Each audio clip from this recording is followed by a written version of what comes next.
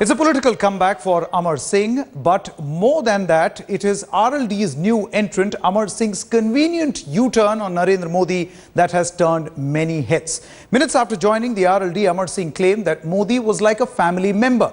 So the big question is Amar speaking for his new party or courting controversy just the way he has done in the past? Gujarat मेरी ससुराल है, वो मुझे जमाई कहते हैं और मैं उन्हें साला कहता हूँ। तो साले बहनोई का रिश्ता तो अपनी जगह है। Amar Singh is back and is singing a completely different tune. Ideology taking a back seat. From a Samajwadi to a Modi supporter. Narendra Modi हमारे बड़े अच्छे मित्र, मेरे अच्छे संबंध हैं।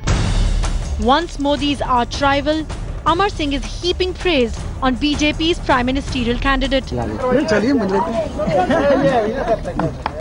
Amar Singh joined Ajit Singh's RLD today, and within hours, he told Headlines today that Modi is not an enemy for him. In fact, he is like a family member. Narendra Modi हमारे बड़े अच्छे मित्र, मेरे अच्छे संबंध हैं और धर्मनिरपेक्ष दलों के नेता, कांग्रेस के नेताओं से मुझे बात करने में विलंब हो सकता है, लेकिन नरेंद्र मोदी तत्काल मुझसे बात करते हैं। हम नरेंद्र भाई का व्यक्तिगत विरोध नहीं करेंगे। Flashback to the time when Amar Singh was Samajwadi Party's number 2 and Modi was his favorite punching bag. Listen in to Amar Singh's convenient U-turn. कि हेमंत करकरे के किस रूप स्वरूप के आप प्रशंसक हैं मोदी जी, अडवाणी जी? हेमंत करकरे के ऊपर आपका आरोप है कि साध्वी प्रज्ञा के ऊपर शारीरिक अत्याचार, उन्हें असली वीडियो सीधी दिखाने वाला, हेमंत करकरे के नाम लेकर के आपने महाराष्ट्र बंद का आह्वान किया, वो बयान आपका माने या नरेंद्र मोदी जी आपका 1 करोड़ रुपए का शहादत के प्रति सम्मान वाला बयान माने? In the same breath, Amar Singh lauding Sonia Gandhi. कि सोनिया जी का मैं बहुत हृदय से सम्मान करता हूँ और मैंने सार्वजनिक रूप से कहा था, मैंने कांग्रेस में आवेदन नहीं किया था और न कांग्रेस में प्रवेश के लिए आवेदन किया था, न टिकट के लिए आवेदन किया था और मैंने कांग्रेस के वरिष्ठ लोगों को कहा था कि जो सोनिया जी का आदेश होगा उसका मैं प्रतिपालन करूंगा। Amar Singh is RLD's candidate from Fatehpur Sikri, but the Samajwadi Party believes that Amar Singh's political moves won't make any difference. नहीं, हमने तो उनको बहुत पहले पार्टी से निकाल दिया। जब पार्टी से निकाल दिया तो उसके बाद अफसोस इस बात का है और चुनाव लड़ेंगे, हम स्वागत करते हैं। वो चुनाव लड़ेंगे तो हमें चुनाव जीतना और आसान हो जाएगा। But by praising Modi, is Amar Singh speaking for the party? In an election season where shifting loyalties have become a trend, nothing can be ruled out. Bureau Report, Headlines Today.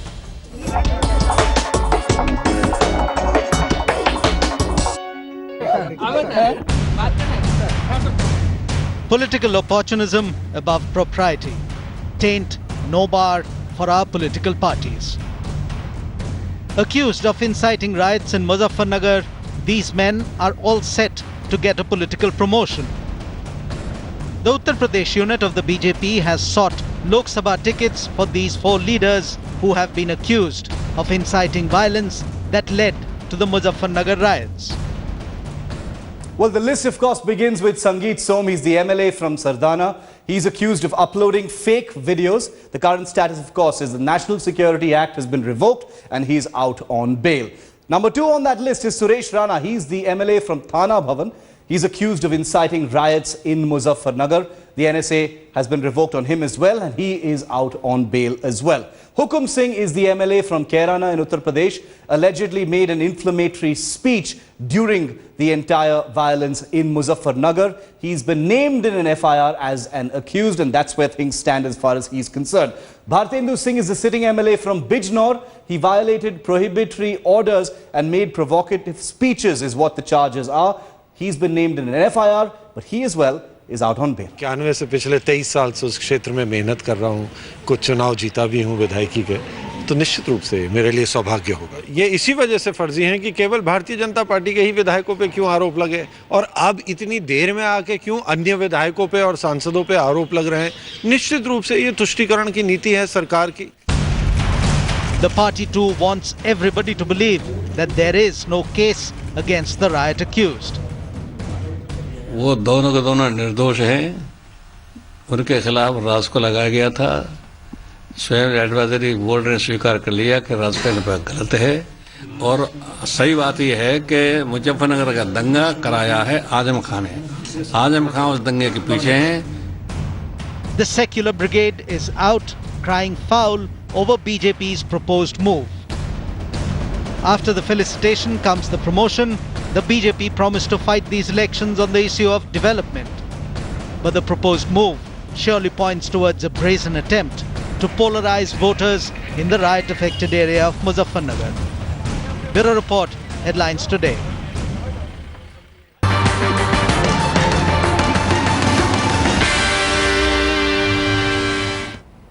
On to the big newsmaker of the moment. Amar Singh is now with us. Mr. Amar Singh, thank you very much for speaking to Headlines Today. Now, within an hour of joining the RLD, you praised Narendra Modi, went against the RLD party line. Would you agree that you courted controversy yet again?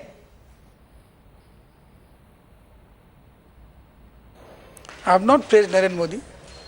Who said I have praised Narendra Modi? I have simply said I don't have any personal dispute with Narendra Modi. And I have got ideological difference with Narendra Modi. And there is no gang war in politics. I have not praised Narendra Modi at all. Narendra Modi is a political adversary. We are in the fray against him.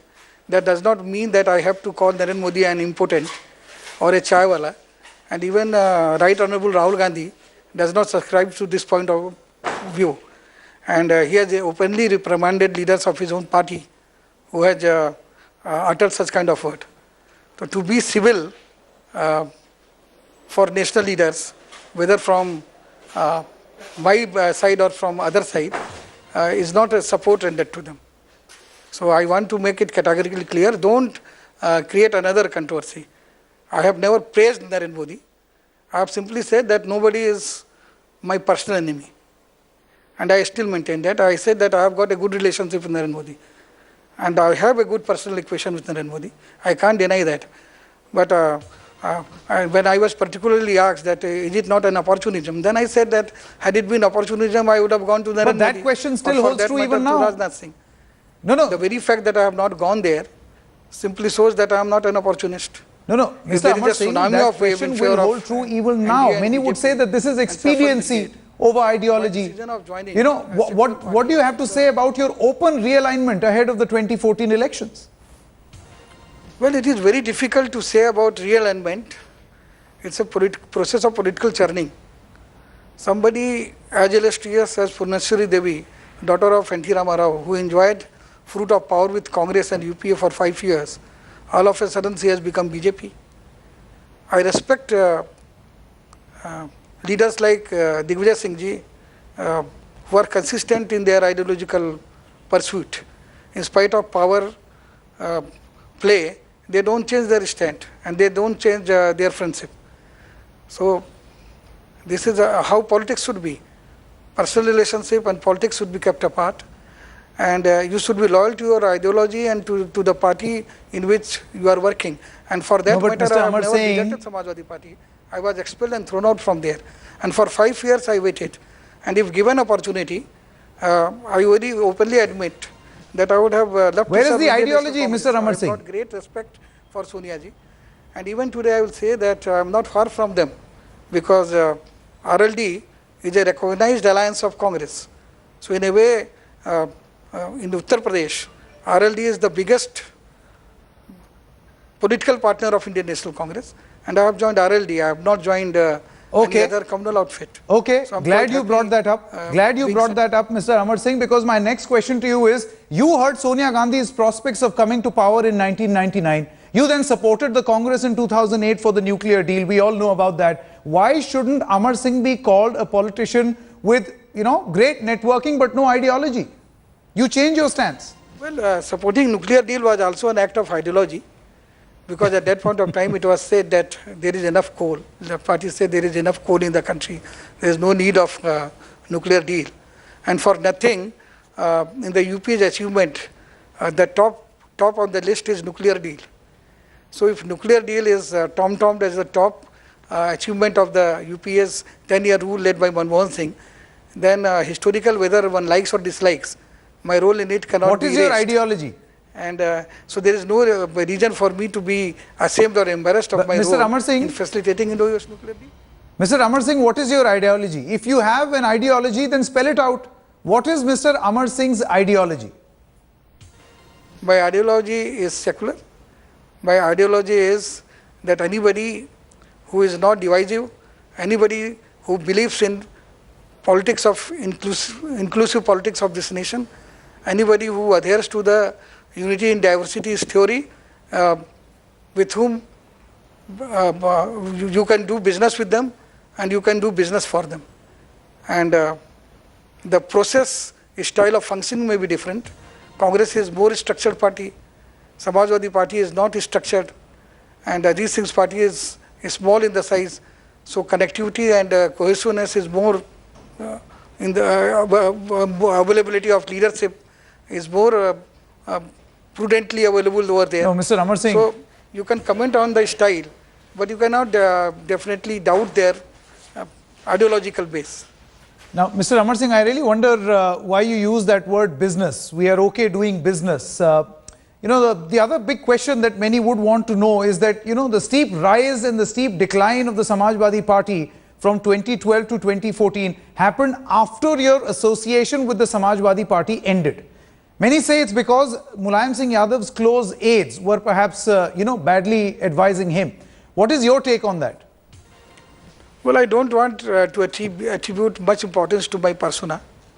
It will be very pompous on my part. It could be a coincidence that when I was in Samajwadi Party, it was thriving.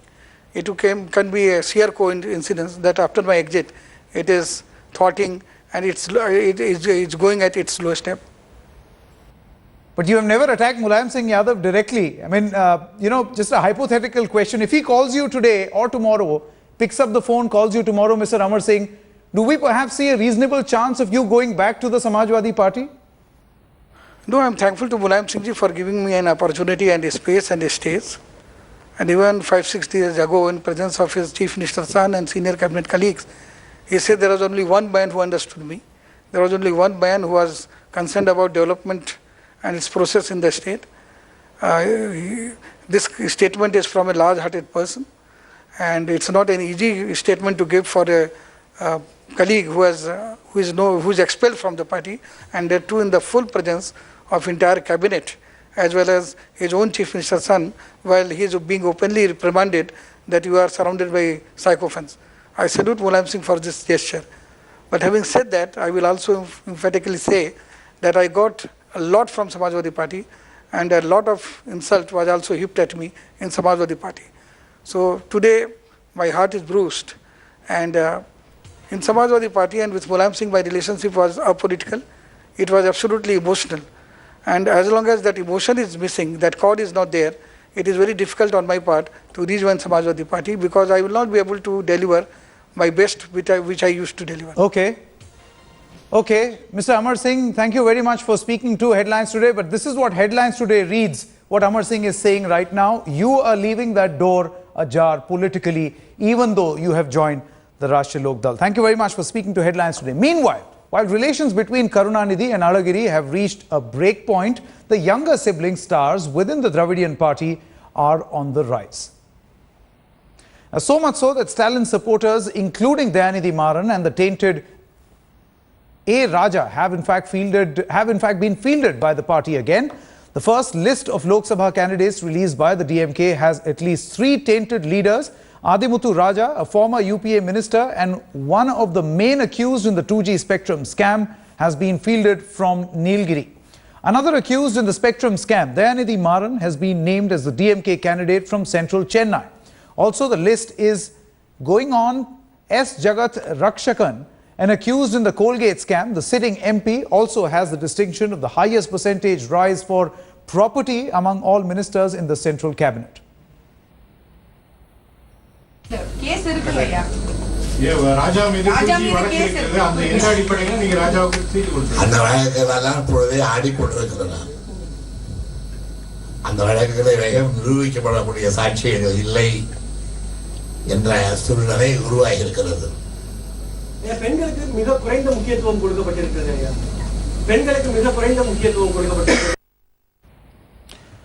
All right, let's quickly dive into the debate that we are in fact carrying out today. Expediency over ideology. In fact, we saw multiple stories and all throughout the experience has been pretty much the same. Change is in the air. Political realignment 2014 is what is happening at this moment. Fuad Halim, leader of the CPM, joins us from Kolkata. C.R. Kesavan, spokesperson of the Congress from Chennai. Satyapal Jain, leader of the Bharatiya Janata Party, is also with us. Vineet Narayan is also joining us at this moment. I'll quickly come across to you, Mr. Kesavan, first. I mean, are you scared of this sort of realignment? Sitting in the Congress party, are you scared that there is open realignment happening at this moment and most of it against you? Sangeet, you're talking about realignment of individuals or parties here? Both, in fact. You have seen political realignment on party level and also at individual level. Because I think this is such a smokescreen and such an exaggerated hyperbole. See, we should remember one thing. The BJP is, has a classic pattern of self-styled hype. They create the hype, they exaggerate it and then fall a victim. There is no alignment against the Congress. You see what happened in 2004 with the BJP. They said India shining, created the hype, fell a victim. In 2009 they said Advani ji and Log Purush and then they fell a victim. Now they're saying Narendra Modi ji and change. Let me ask you one question. The one biggest realignment they said was Paswan ji coming. Paswan ji is just a consolation prize. You forget that everybody forgets that JDU, Mr. Nitish Kumar left such a big party. And one thing, and Mr. Paswan also, you're talking about ideology and opportunism here. 3 months back he said BJP is the Bharat Jalao party and he said RSS is the transmitter and BJP is the channel. So what kind of credentials are these people having? And two things what about KCR? I want to mention. This is one party that you have highlighted. What about KCR? About 15 days back, Digvijay Singh, the Congress General Secretary in charge, was talking about a merger. Now you have a situation where he's openly drifting towards the BJP. No. Mr. KCR said he won't basically merge the party, but the alliance could be open. But let me come back to Yedurappa. Mr. Sushma Swaraj has made a statement on, Mr. Sriramulu's party joining. There is internal confusion in the party. You talk about Mr. Sangeet Som and Suresh Rana. These people, why are you surprised they're being given tickets by the BJP? They were fettered in Agra just before Narendra Modi ji addressed the rally. So where is the surprise such tainted people? And more importantly, please see the case of Kameshwar Baita from who moved from to BJP. He has been accused of killing 17 PSA Jawans. It's really, shocking that a person like VK Singh says BJP is the only nationalist party when you have somebody like Kameshwar Baita joining the BJP who's been accused of killing 17 Jawans. Mr. Satyapal Jain. This is the story of realignment. The Congress party will run on its record and we'll be voted back to power. Mr. Satyapal, that the people are in fact going to decide. But Mr. Satyapal Jain, is there something called principle and ideology in the Bharatiya Janata Party? I mean, the BJP, doesn't get tired calling itself the party with a difference. But you are okay aligning with Yedurappa. You are okay aligning with the Bellari brothers, the Chautalas in Haryana. What is the position of the BJP? Let me clarify first that we have not at all entered into any alliance with Shri Chautala in Haryana. And I am surprised at the arguments being given by the Congress representative. For the last few days, after the rise of Modi wave in the whole of the country, I am finding it something surprising that Congress nominees talk less of the Congress about their achievements, their working, and more about the internal working of the BJP, how the BJP is working. Number one, I'll tell them that look here, Congress has no right to talk against communalism or corruption. It is they who has been giving shelter to all those who have indulged in corruption in the country.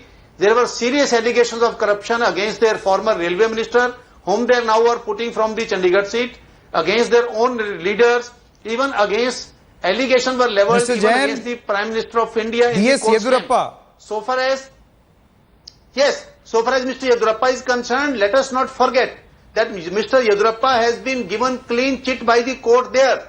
There is no conviction. This is an argument of convenience. On the other hand, that's exactly what I'm talking about. Expediency over ideology. Even the Congress will say the same. The left will say the same. He is on bail. And same Mr. Paswan, to whom they are now objecting as to why he is aligning with the BJP and NDA, the Congress has been drastically trying its best to have him in their own alliance. When people are running away from the Congress, their allies also, their candidates also, now they are trying to fault with the others. Third, when people align with us, they do not come with us, then they say, no, nobody wants to go with the BJP. BJP has been isolated. And now Mr. Jain, can you give me any logical explanation why Mr. Paswan chose to come with you? Now they are saying, why are you taking them? Mr. Jain. So should we decide our strategy? Mr. Jain. The concurrence of the Congress. Mr. Jain, can you give me any logical explanation why Mr. Paswan chose to join the BJP or the NDA particularly? Because, you know, if you go by his statement to the BBC, the statement that he in fact read out to the press on 29th of April 2002, he said, we have been shamed by the incidents in Gujarat. We have been mute spectators for too long. We are, coming out of this alliance from the NDA. What happened on 3rd of March 2014? In 12 years, I want to know what has the BJP done to woo Mr. Ramvilas Paswan? There are two options before any political party in the country now. Either to join UPA, which is basically consists of the Congress as the major political party, or join the NDA, which has the BJP as the major political party. Seeing the mood of the country, and seeing the performance of the Congress during the last 10 years, which has been totally communal, corrupt, inefficient and incompetent government, it is very reasonable for any regional party to think of joining the NDA, which can provide a stable government, which can provide a competent government, which can provide a honest government to the country. Now, Vineet Narayan, they totally have been disgusted, disenchanted, disappointed. And you offer the solution, is it? They tried their best to have an alliance with the Congress. But when they found that there are open charges of corruption against Mr. B.S. Yedurappa. We have no objection to that. Your own party leaders, senior leaders are opposed to any such move. In your Central Election Committee meeting, there are reports that come out that Sushma Swaraj is not happy with the decisions that are being taken.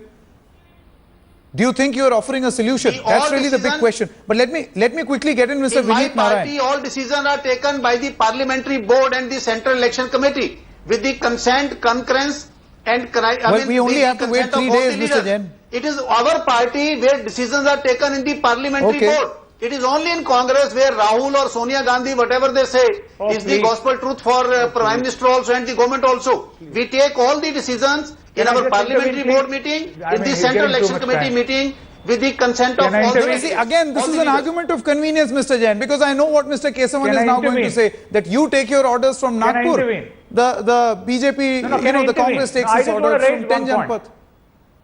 It's a very convenient argument, a table tennis match that the Congress and the BJP plays all the time on television channels. So I'm getting Mr. Vineet Narayan in right now. Mr. Narayan, do you think that all political parties ultimately aim to get in the power seat? Rahul, we never authorize one person to take a decision. Mr. Jain, can I say... Listen, what we are hearing is a very stereotype of argument. I mean, people are sick of listening to these arguments time and again. I think the major crisis our democracy facing today is that there are no ideological commitments. We are not a single party democracy where ideologically you are confined to one ideology. We are not a two-party democracy where you either align with Democrat or Republic or, Labour or Conservative. We are a country where people float party on, throw up a hat. You have a party against corruption, you have a party on Dalit issue. Tomorrow you'll have a party on unemployment. We may have a party on environment issue. Or forget even this. These are at least they are sounding like some issues. But there are parties where you have to surrender to the leadership, leaders' son and daughters, daughter-in-laws and son-in-laws. I mean, there is no ideology. There is no ideological frame on which conviction is tested. Here, every marriage is marriage of convenience. So whenever elections come, people run around and they seek shelter with those parties where they see possibility of winning the election. Absolutely no consideration of issues or ideology. Okay. Mr. Fuad, you heard the whole debate, the way the Congress, the BJP, a neutral analysts have in fact been talking about. Are you a little upset, at the proposition that the left front will once again, yet again in this country, only remain a dream? You have many people who shared that dais with you at the Talkatora Stadium, at various other places, and they're slowly deserting you. AIA-DMK is now cozying up with the NDA. Paswan is no more there. Lalu, we don't know where his political alignment is going to be. He could go with the UPA. What is the left front or, plus minus the third front going to do? Well, the left front experience has been phenomenally good. As you know, it's sustained in West Bengal, it's sustained in Tripura, it's quite strong in what you call Kerala. What about the third front? We would like to bring that alternative and that experience to the Indian table. But I'd like to respond to your primary question that you asked as to whether ideology or what you call winnability is the focus of political parties today. Now one has to understand that in the world over, you've got parties coming from two sides of the spectrum, the right and the left. Now the right parties that come in, whether it be the BJP or the Congress, they definitely have a strong what you call pitch for capitalism, and everything that they pitch for is oriented in that way. Hence they look at elections as a sort of a market and consumer and purchaser and commodity what you call outlook. On the other hand, you've got parties that come from the left orientation, and they actually what you call would like the elections to come up from the people. So the difference is apparent. You've got the Congress and the BJP pitching with their prime ministerial candidates, and you've got the other side of the spectrum in India, where we've got candidates coming in and the party is saying that we will let the people of India choose the prime minister. So the orientations are fundamentally different. Now if you look at the right, you see their candidates are filled with people who are film stars, they're filled with people who are singers, they're filled with people who do not have a what you call political background, but they definitely do have I a understand the point quotient. that you're That's making, and a lot of people, Mr. Fuad, would say that theoretical. Your argument, it seems at this moment, you're telling me about the right and the left. This is something that the people of this country know. What I actually want to know on behalf of the people is that, absolutely. you know, what is happening with the left front, the third front? AIADMK, can you say with certainty that they're with you? Will the BSP will be with you? Will the Samajwadi Party be with you? You see, all the fronts that are evolving in India today, we are in the area of coalition politics, and all the fronts are suffering from the same problems, including the evolution of the third front. But you have to understand that the anchor of the third front is the left front, which has been strong and which has sustained itself through numerous storms. And the experience, the living experience of the left front is unparalleled by any other front in India. Now, BJP and Congress have to learn from the experience of the left front.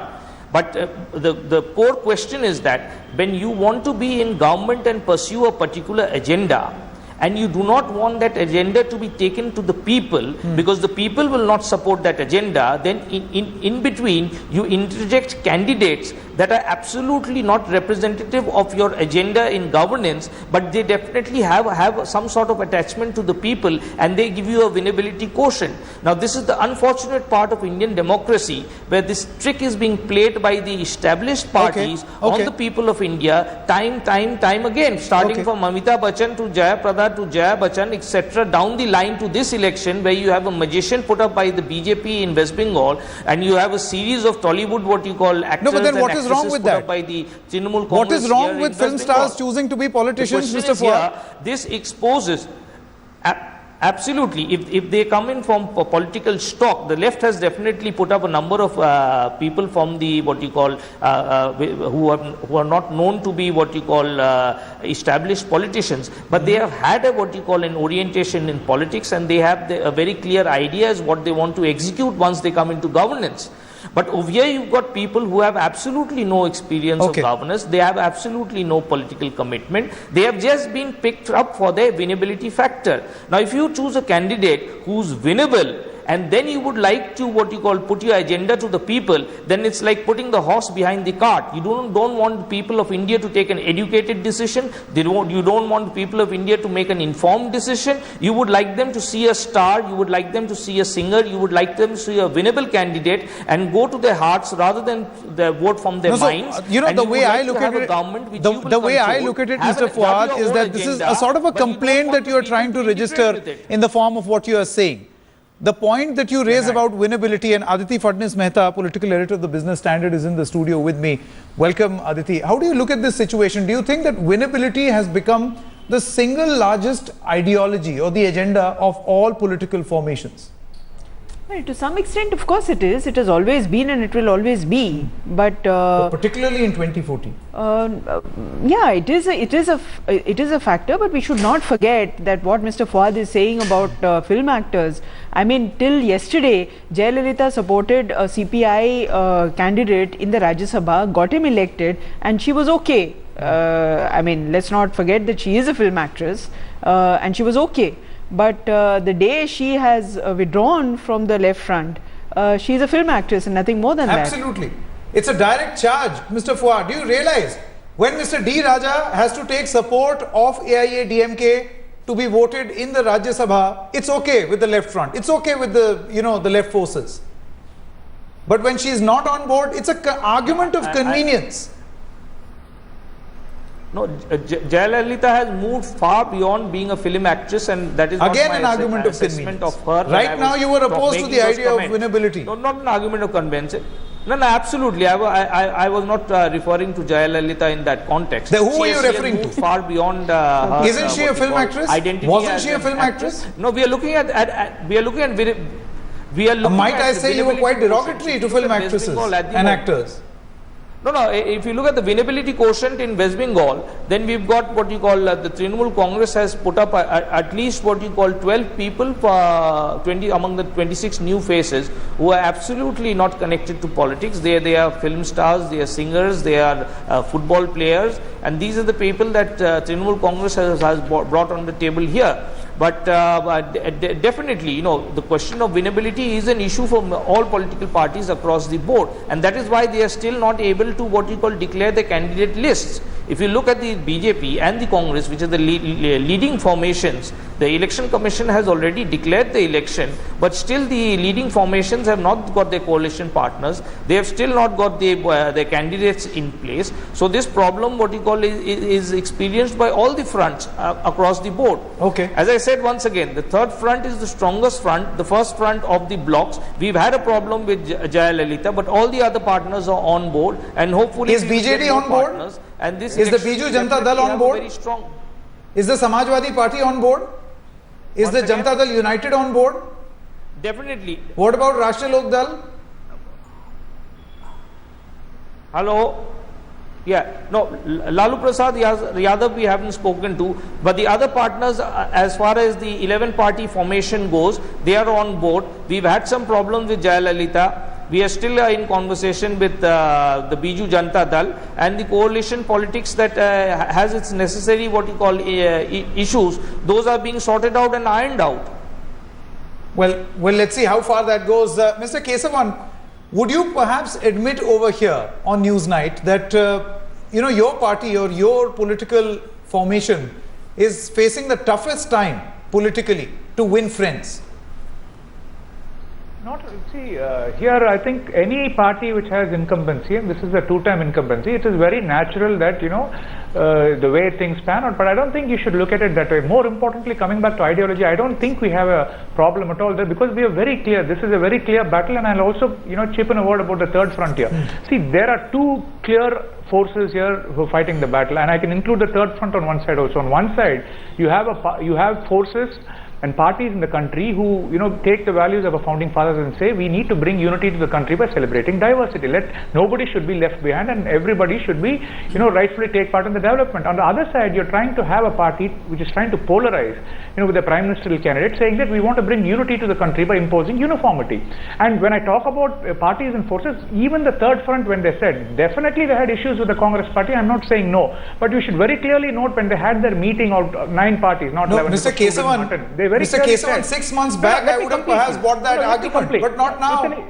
You look at what the political realignment is happening. A lot of your allies are moving towards the BJP. People find the NDA as a much better option than the UP. One week is an eternity in politics. 1 month is lifetime in politics. Let me just say one thing. Even the third front said Mr. Modi is the very challenge to the secular edifice of our country. That's a clear message. It's a fight between secularism and non-secular forces, and there may be alliances, there may be understandings before the election and after the election too. But I think the people of India realize this, and this is the main ideological difference, and this is what the elections will be fought on.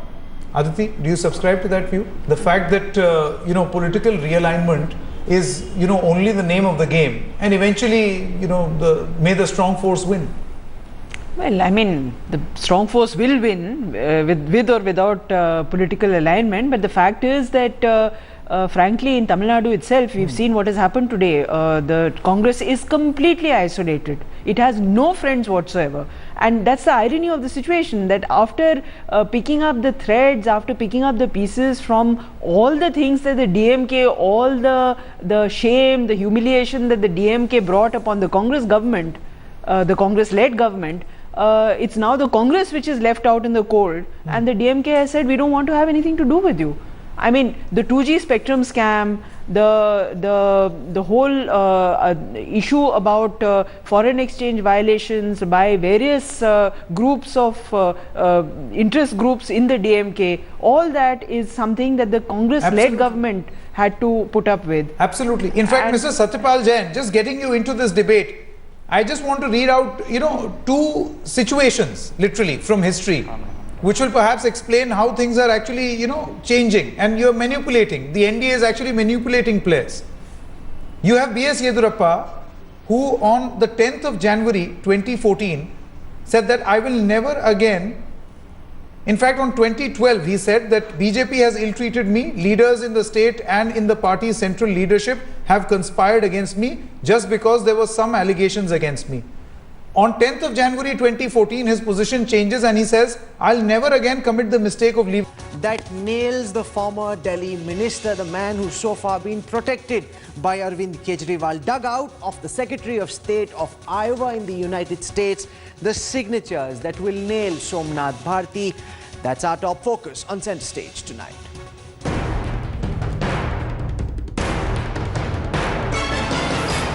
We exposed his links to dubious websites. He trashed our reports. His boss stonewalled our questions. But tonight, we demolish these denials completely.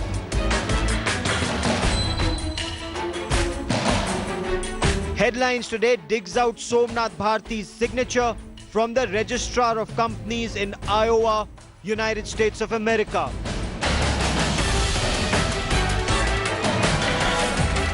Can Somnath Bharti still cling on to his furious defense?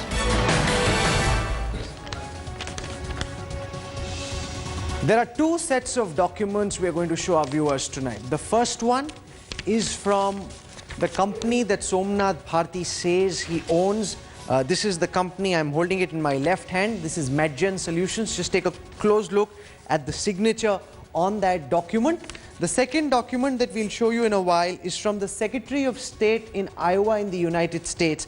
Look at that signature very closely, because last time when Headlines Today aired the Somnath Bharti case files, we were told by the minister in Arvind Kejriwal's government that someone had forged his identity, that there were names on the website which had his name listed as the administrator, the financier, the contact person, but he didn't do it. Somebody else who was an associate misused that identity. That defense will be nailed on our show this evening. Also on Center Stage this evening, internal wrangling between BJP leaders when it comes to deciding who will contest from which seat. Just about a month to go before polling really kicks in and Narendra Modi still has no seat. That's because Murli Manohar Joshi, as of now, seeming to be reluctant to give up that seat for the BJP's prime ministerial candidate. Lalji Tandon doesn't want to give away Lucknow unless Modi comes and fights from there. Is there still some wrangling within the BJP and old guards versus Team Modi? Are there elements in the BJP even now who would secretly like to trip over Narendra Modi's prime ministerial campaign? We'll debate that on Center Stage tonight. Let's get started. These are the stories that have taken Center Stage this evening. After the BJP taint no bar for Karunanidhi, DMK chief denies his son and loyalists a ticket but feels 2G accused A. Raja and Dayanidhi Maran. Amar Singh makes a political comeback, joins the RLD along with Jayaprada. Former SP leader immediately quotes controversy, says he has no problems with Narendra Modi. BJP's prime ministerial candidate Narendra Modi takes a dig at the Bihar chief minister on his stuff, says Nitish's prime ministerial ambition was the reason that led to the divorce with the BJP. RTI activists that Kejriwal hailed for the supreme sacrifice in their fight against graft turn up alive. BJP mocks Kejriwal for a fake encounter with facts on his overdrive to attack Modi. And as search continues for the third day for the missing Malaysia Airlines aircraft, police identify one of the two suspects who travelled on the missing flight on stolen passports.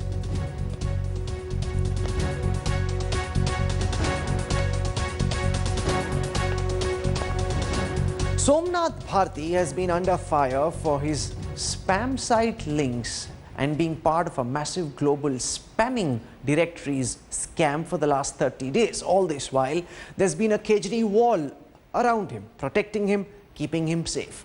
Our first expose was denied outright. The questions lingered and the proof kept piling up with our second expose. Everything went back to one Malvianagar address. Still, our questions were stonewalled till finally Arvind Kejriwal had to concede to the need for a probe at the India Today conclave last weekend. Tonight, we bring more proof which demolishes the spurious defense that has been put up. It's your signature, Mr. Bharti. Last time during our broadcast, you were live tweeting us to say that someone had misused your credentials and had put up your name as the administrator, the contact person on the Topsides website. Well, these documents dug out of Iowa show that not just did you know about your name being there, you actually signed on those documents. If you've forgotten about it, sir, take a look at this. Part 3 of the Somnath Bharti case files.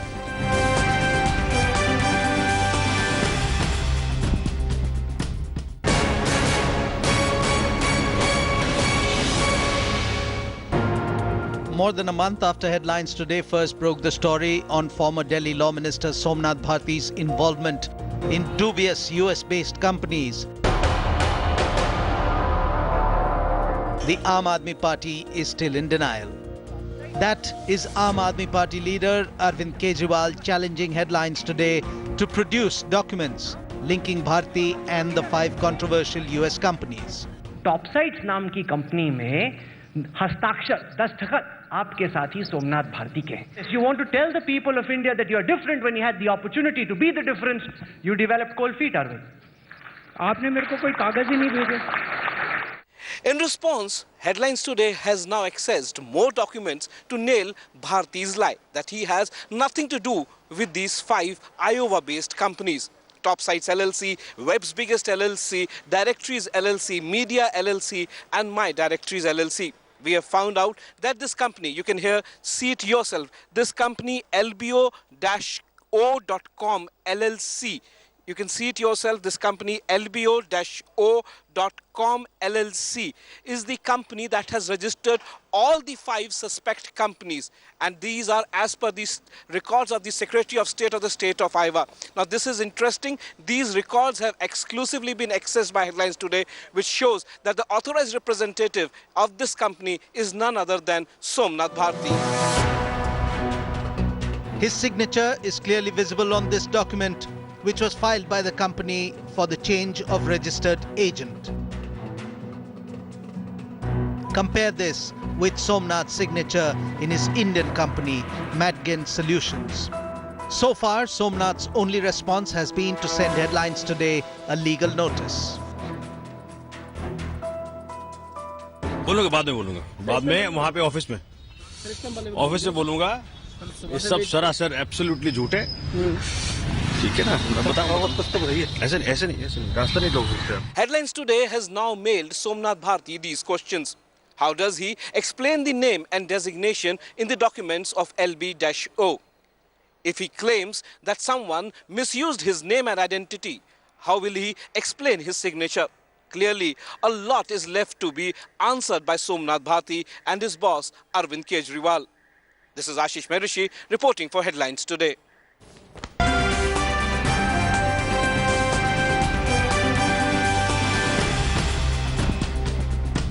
Let's just try and break this down for our viewers to try and explain to them what part 3 of the Somnath Bharti case files is really about and why it is important to put this out. The reason why we're putting out this story tonight is because our story was denied in the first instance by Somnath Bharti, who came up what at that time seemed like a plausible defense. This is what he said, just to remind our viewers. I have no link with this website, topsides.llc. Back in the early 2000s, the server of Madgen Solutions, a company which he owns, according to his own election affidavit, was misused without my consent and knowledge. When the matter cropped up, I came to know that the associate had generated mass emails soliciting business and had also impersonated me on multiple occasions. This is Somnath Bharti's defense. The only defense that he has put out so far, he doesn't deny his name being there. He says somebody misused it. Why is it that his defense doesn't hold? Somnath Bharti claimed an associate misused his identity to start Topsides LLC. But here it is. Krista Culver, Secretary of State, State of Iowa, statement of change of registered office and registered agent. Headlines today has dug out Somnath Bharti's signature from the registrar of companies in Iowa. This is his Indian company. You see his sign. This is his American company. The same man has signed on both those files. That is the biggest proof so far that what Mr. Bharti told us, senior minister in the Arvind Kejriwal government in Delhi, what he told us was completely untrue. The signature establishes his clear link with Topsides LLC. Now, it is possible that Somnath Bharti can claim that this signature too is forged, but that brings us back to the need for a probe. What is the Topsides scam? You know, people have been wondering, what is this scam? Why is there such a fuss? In the decade of the 2000s, there was something called the directories scam all across the globe, but principally in the United States before very stringent laws came down and acted against spammers.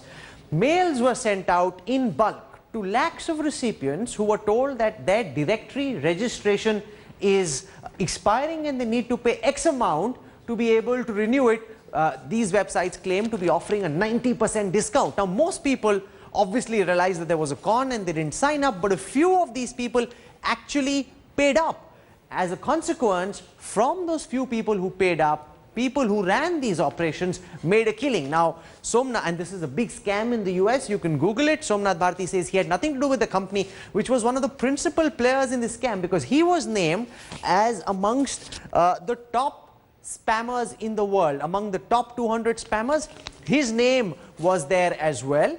And this is clear proof of the fact that not just did he mislead us, saying that he didn't know about the fact that these companies were being run in his name, because he had signed in the registration documents. The equivalent of the Indian Registrar of Companies has his name over there. Ashish Maharishi, my colleague, has been tracking this story constantly. I want to go across to him and get him to explain to our viewers why this story is so important and why this completely demolishes, Ashish, what Somnath Bharti has been saying in his defense over the last 30 days. Well, Rahul, if you see, there are 2-3 things in totality. One is that Somnath Bharti has been saying that, you know, he's got nothing to do with these 5 companies. Obviously, we accepted his rebuttal for the reason because we were not able to gather any signatures or any authorized document which directly connect him, because we were able to, you know, only we were able to join the pieces where we were able to see that some companies which had actually booked some domain names had the name of Somnath Bharti as a registrar, as the you know, the financier or another thing, and those companies had C28 Malviya Nagar as the address, where, you know, this man also, Somnath Bharti, also had an Indian company housed in that address, C28 Malviya Nagar. But now these 5 companies that we're talking about, which have been registered in Iowa, these companies were registered by a company called lb-o.com LLC. Now, if you go and find out, you know, in these documents, which is from the Secretary of the State of Iowa, you automatically see that the authorized representative is none other than Somnath Bharti, and it has got his signatures, and you can match it. You can match it with the same signature. Which is what brings us back to the point that we've been making from day one, that a probe needs to be ordered. The manner in which the Aam Aadmi Party, which raises all the questions that it does against everyone else, reacted when it came to charges against one of their own ministers, really raises questions about whether they're willing to follow the same set of standards that they expect of others. Now that these signatures are out in the public domain, we're very happy to send them across to representatives from the Aam Aadmi Party. Arvind Kejriwal in the conclave said he hadn't received the documents even though they'd been sent to other members. We've sent them to members of the Aam Aadmi Party, since clearly they didn't send it to Arvind Kejriwal. Tomorrow morning, we will send them directly to Mr. Kejriwal. As he goes on this cleanup operation against corruption nationwide, he must also answer questions that are being raised of people in his own party. Mr. Bharti, I hope some of the questions you raised about our journalism and about our story have now been answered. This, sir, is your own signature. There can be no dispute about it. This is your signature, and it matches. Just one second, let me try and show that to you. This signature, I don't know if it's very clear on that shot there. This signature matches with the signature of Somnath Bharti's own company, which is also reflected in his election commission affidavit. This for a company which Somnath Bharti said he had nothing to do about, and his associate had misused his identity. Well, that defense has been completely demolished. The facts are out in the public domain, and now frankly it is for Mr. Kejriwal and the Aam Aadmi Party to reflect, to introspect, and to see if they want to apply the same standards that they demand of others to one of their own whose defense very clearly has been demolished. Let's move on now to our other big story tonight. Is there an old guard versus Narendra Modi's Mission 272 war taking place within the BJP at this time? Murli Manohar Joshi has made it quite public that he wishes to contest from Varanasi. Lalji Tandon, the stalwart from Lucknow too, has made it abundantly clear that he doesn't wish to vacate this seat for party president Rajnath Singh. He's prepared to give up this seat only for Narendra Modi. Lal Krishna Advani insists that he will contest from Gandhinagar. Is there a bunch of people in the BJP who are still secretly hoping that Narendra Modi's prime ministerial campaign gets tripped over so that he doesn't become prime minister, and in that possibility one of them could? Just weeks to go before the polls, and BJP's prime ministerial candidate so far doesn't have a seat to fight on. That's because the seat that's been shortlisted for him is not being vacated by a party stalwart. Our political bureau with this big story. It's the big ticket churn in the Bharatiya Janata Party. And even the party's prime ministerial face is not going to have it easy. Rajnath's Mission 272 is facing hurdles within its own rank and file. Pre-poll fireworks went off in the holy town of Varanasi first, as Modi backers took on supporters of Murli Manohar Joshi. In public, Joshi played down the rift, but BJP's Varanasi seat has become a political hotcake. Narendra Modi तो उत्तर प्रदेश में जिस seat से लड़ना चाहें उनको लड़ना चाहिए, और जोशी ये बहुत पुराने नेता हैं हमारे. It's a big churn inside the BJP, and several senior BJP leaders who are being asked to make way for others are expectedly quite angry and upset. While some have, like Murli Manohar Joshi, downplayed the entire rift in public, they're clearly not very pleased at being asked to vacate for the party's prime ministerial candidate Narendra Modi. Joshi may, however, contest now from Kanpur, but that may not be easy either, since party veteran Kalraj Mishra has already staked his claim to contest from Kanpur. Reports say he may be fielded from Sravasti or Jaunpur. Party President Rajnath Singh too wants to shift out of his Ghaziabad seat, given the growing clout of the Aam Aadmi Party in the area, and has set his sights on Lucknow, and that's where the trouble really starts. But once again, sitting MP Lalji has made his displeasure public. He is willing to vacate for Modi, interestingly, but not for Rajnath, with whom he is known to share an actually pretty healthy equation. It is not difficult to see why Lalji Tandon is refusing to vacate the seat for Rajnath Singh. His relations with the Sangh soured after his protege was chosen over Tandon's son for a Lucknow by-poll ticket.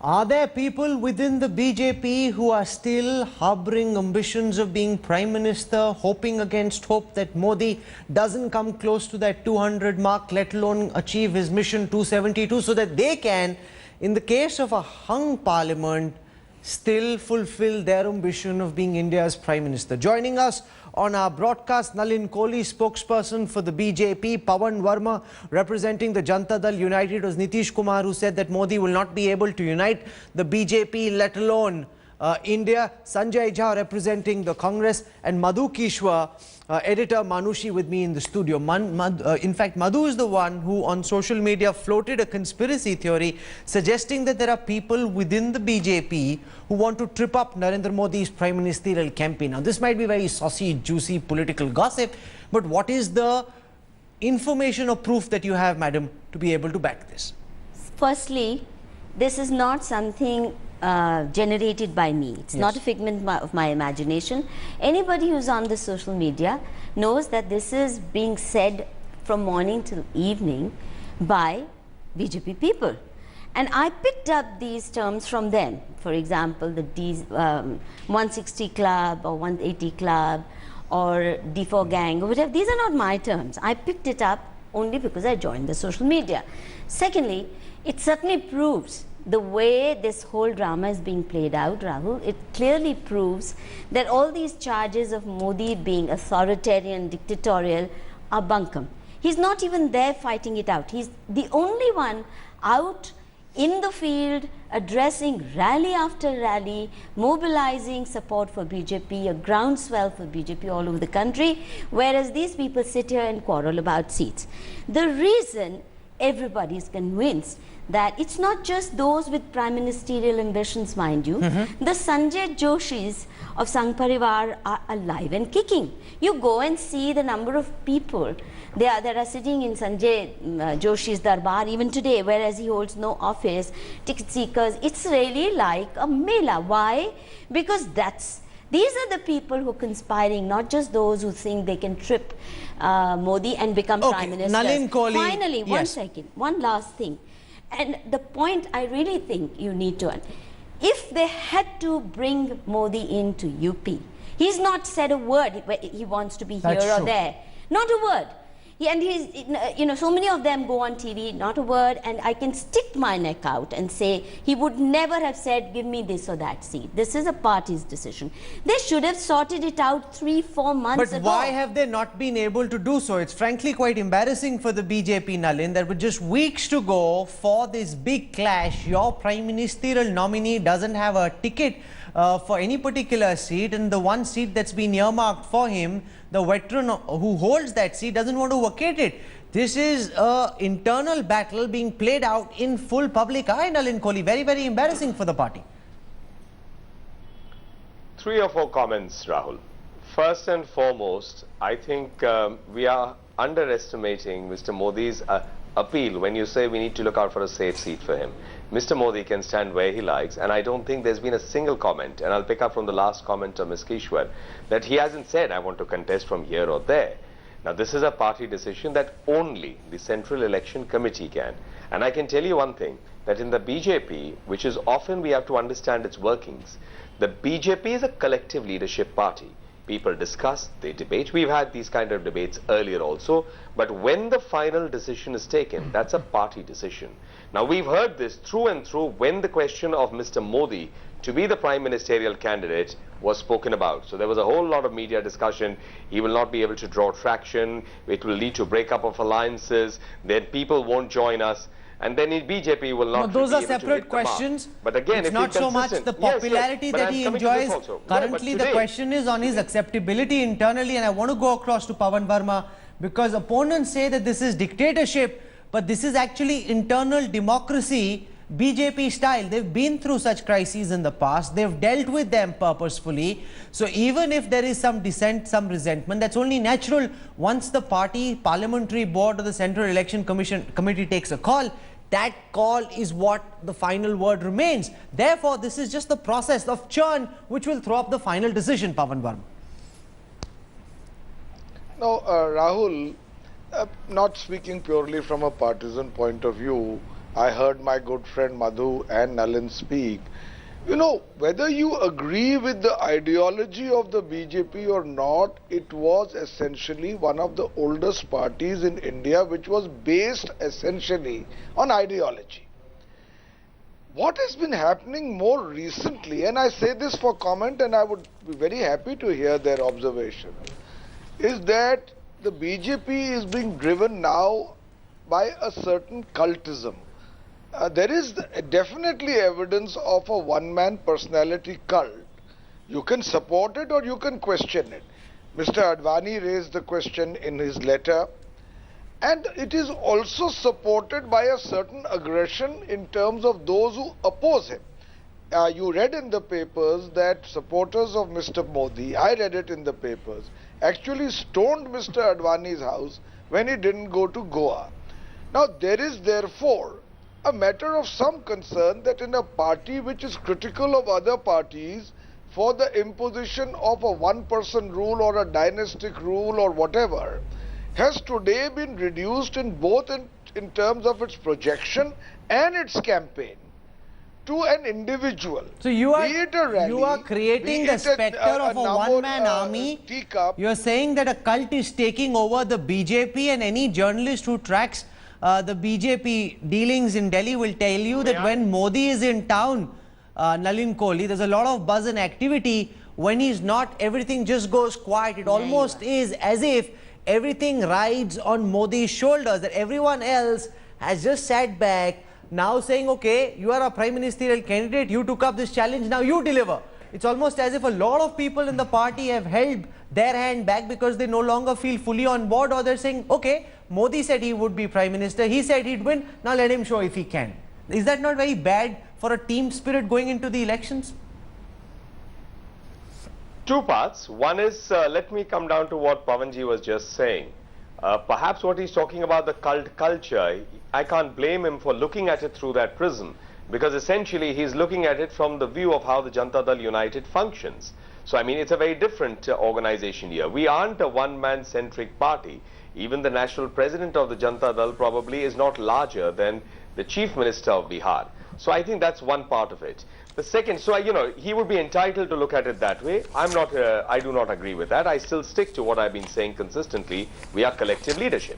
The second part is to what you're saying is that lack of activity.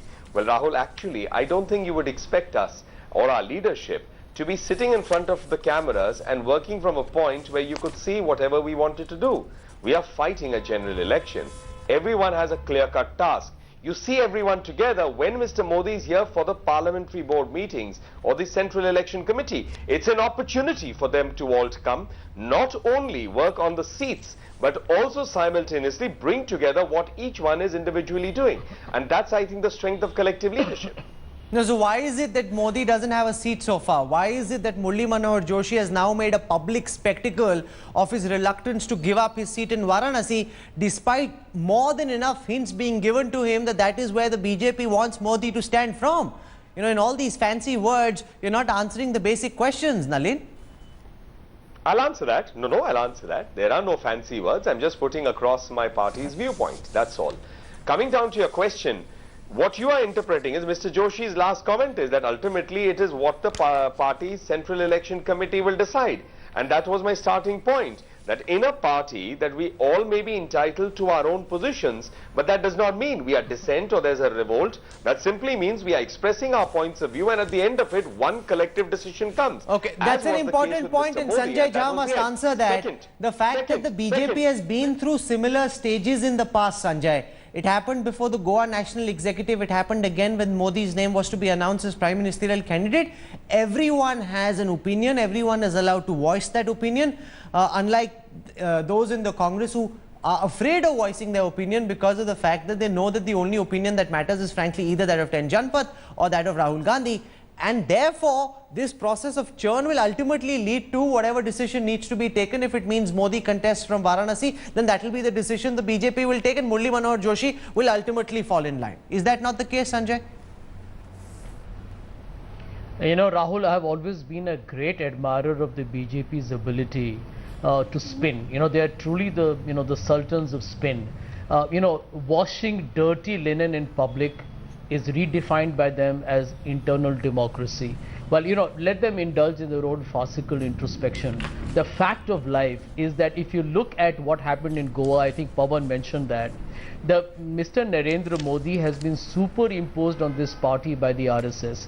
The RSS is actively involved not just in getting Mr. Modi the Prime Ministerial candidate status, but even in terms of canvassing and, you know, taking a full part in the definition of the manifesto. So what you are seeing today is a lot of resistance, because think about it, Sushma Swaraj has been in parliament for years and years, and as a leader of the opposition that is traditionally considered to be the position of a shadow prime minister, she's been shafted. I think she's been shafted fairly impertinently by the BJP. And then there are senior leaders who I'm sure do not express themselves day in and day out, but have had the similar grievances against Nalin, that's a very important point that Sanjay makes, because I have 3 tweets of Sushma Swaraj put out in the public domain on the 6th of March. She writes, I am opposed to the BSR alliance or merger with the BJP in Karnataka. This is about Shri Mullu and about the Bellari brothers. I have conveyed to Shri Rajnath Singh in writing that the BJP must not permit this. Despite this, the BJP goes ahead with the decision of allowing Shri Mallu to come back. I am strongly opposed to this. I have conveyed my views to Shri Kuldeep Bishnoi. Vinod Sharma is set to join the Haryana Janhit Congress. Now here is your shadow Prime Minister, leader of the BJP in the Lok Sabha, publicly taking on decisions that your party is ramming through. This is embarrassment for the party, Nalin Kohli. Well, we have only one prime ministerial candidate, and that is Mr. Narendra Modi. We don't follow the system of a shadow prime minister, especially when we have declared our prime ministerial candidate. A. B is in terms of the question. I think Sushma ji has put the point which also the party has acknowledged. She spoke against the merger of two parties, and that has not taken place. Where have the parties merged? So an individual who's come back... Don't be facile with the truth. She's also opposed to the alliance with BSR. One second, Nalin Kohli. 1 second. She's also opposed to the alliance with BSR. She says so in her tweet, not just merger. That's not her only opposition. She's opposed to the alliance. She says, I have conveyed this to Shri Rajnath Singh in writing. The BJP must not permit this. She's also opposed to an alliance in public, and I'm not even getting into what she said privately in that meeting. Nalin Kohli, respond. By being truthful and honest with the facts, not by coming out with fancy interpretations which are not based on facts. I'm answering it. Let me just give you a counter about what she said in the private meeting. I can say it with authority. Neither you were there nor I was there, and none of us can really say exactly what transpired, except those who were there. None of them have said it on camera. But about the merger, I've just answered that merger or alliance, it hasn't taken place. An individual has joined the party. The Haryana issue has remained where it is. There is no point there. But beyond the, fabulous example of the Queen's English that we got from Sanjay, I think what we need to also reflect on is what he was talking about, dirty linen in public. I think that any day that kind of democracy is far better than exposing an exalted prince and then seeing what are the implications of removing the shroud of secrecy when he finally opens no, his mouth. You're trying to turn the debate on its head. We've discussed Rahul Gandhi and his inadequacies or his credibility and capability of being India's Prime Minister on several occasions. I'm not going to go down that road right now. But Sushma Swaraj's tweets really raise serious issues because this is now in the public domain. This is not in the realm of speculation. You've got the leader of the opposition coming out and publicly contesting what the party is doing, and despite her opposition, the party still goes ahead and ties up with Shri Mallu. See, two things. Firstly, I'd like to comment on what Nalin said about the collective decision making.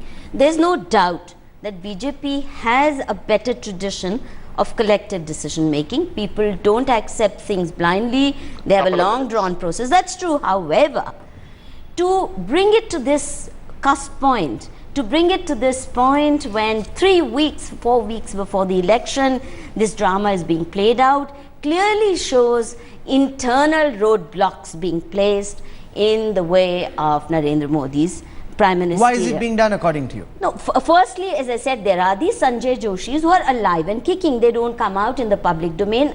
Then there is the B team of the Congress party within the BJP, and I think the whole world knows on social media, she's invariably identified. Where did I pick it up from? Social media. Her own party people call her the B team of the Congress party. Who's calling whom? Sushma Swaraj is often referred to as the B team of the Congress. No, you're being discourteous towards her. No, it's not a question. No, she hasn't. One second. Let me finish one more thing. No, I just want to say. See, the point is, if I tweet on BJP, they get so upset and they call me all kinds of names saying you are creating fissures within our party. Now, I'm a nobody. I have zero influence or clout in BJP. Here is a senior leader. Why is she doing this? I have a counter. Why is she doing this? One second. You're saying that Sushma Swaraj is the B team of the Congress inside the BJP, but I have a counter. The counter is that at least the BJP allows for people to have an alternate point of view. Now the parliamentary board or the Central Election Committee can take a different point of view, but Sushma Swaraj is entitled, without it jeopardizing her presence or prestige in the party, to have a counter point of view. Not on Twitter. Is that not more than what most parties in India can boast of, Pawan Verma? No, I want to say to you, Rahul, that let us say that the BJP is the principal opposition party. Now, in that party, as Madhu is doing, whether by authorization or otherwise, to equate any internal dissent as a conspiracy against the supreme leader.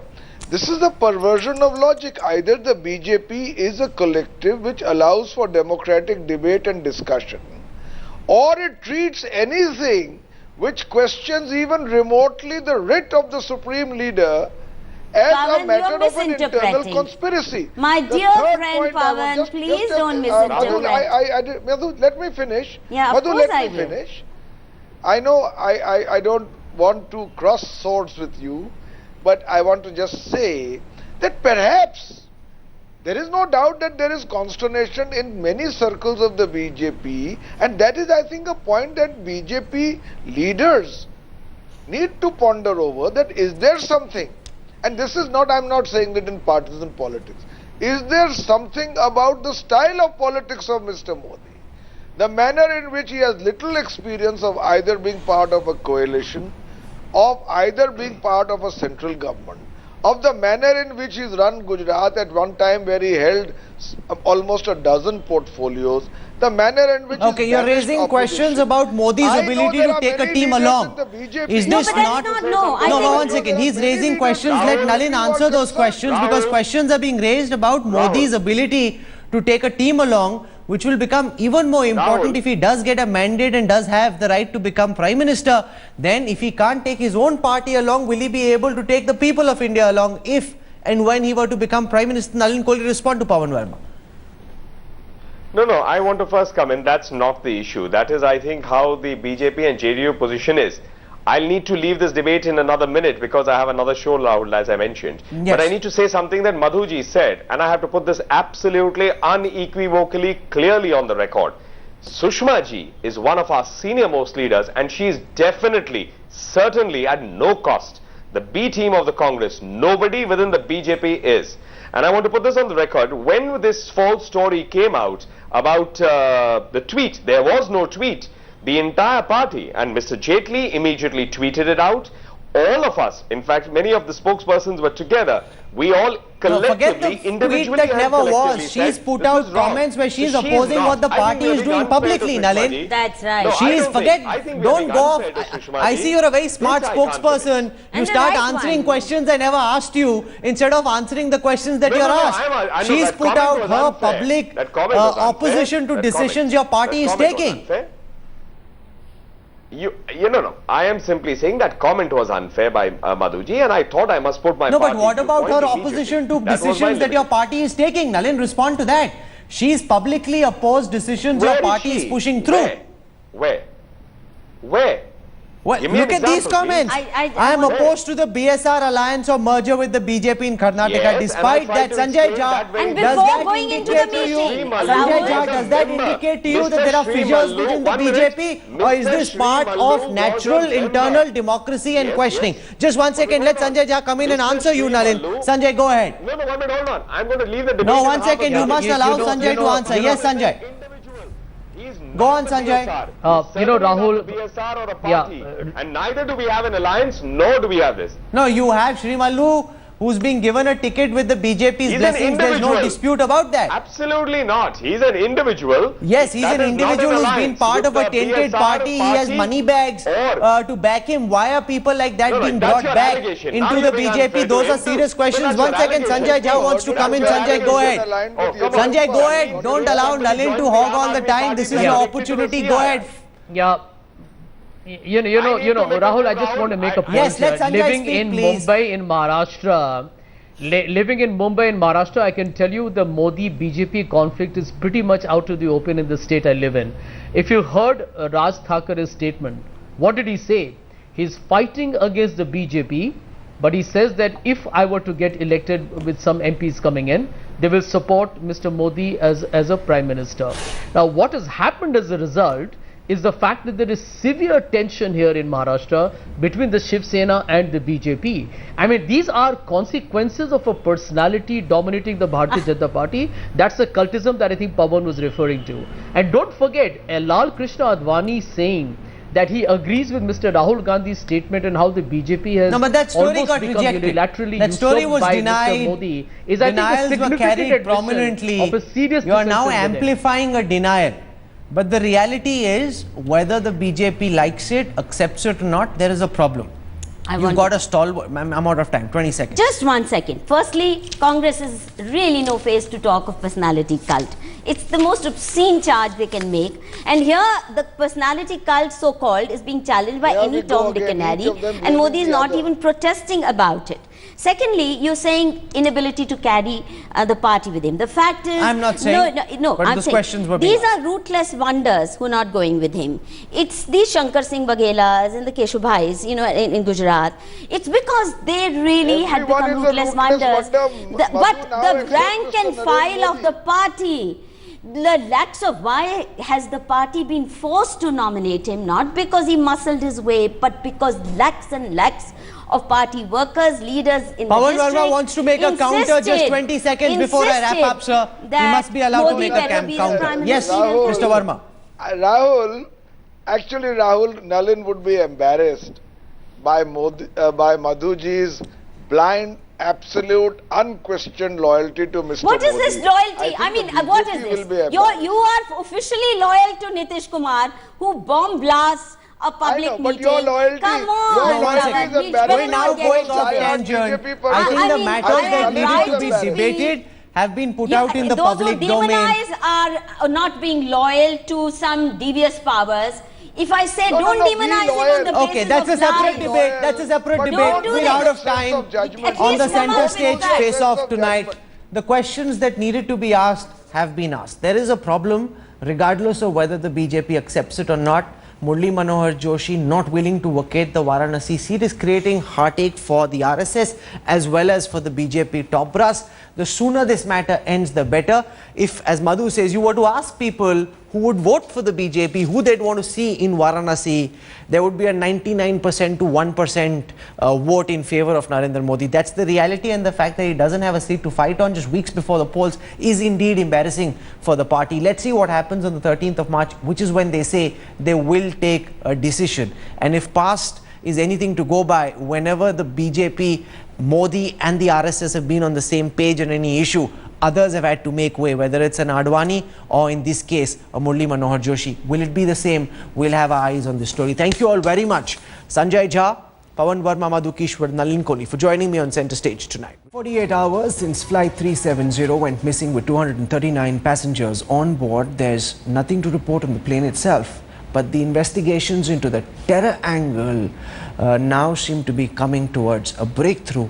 The important question, of course, is 3 days hence, how is it that in the 21st century a plane simply disappears off the radar and no one has any clue about where it went?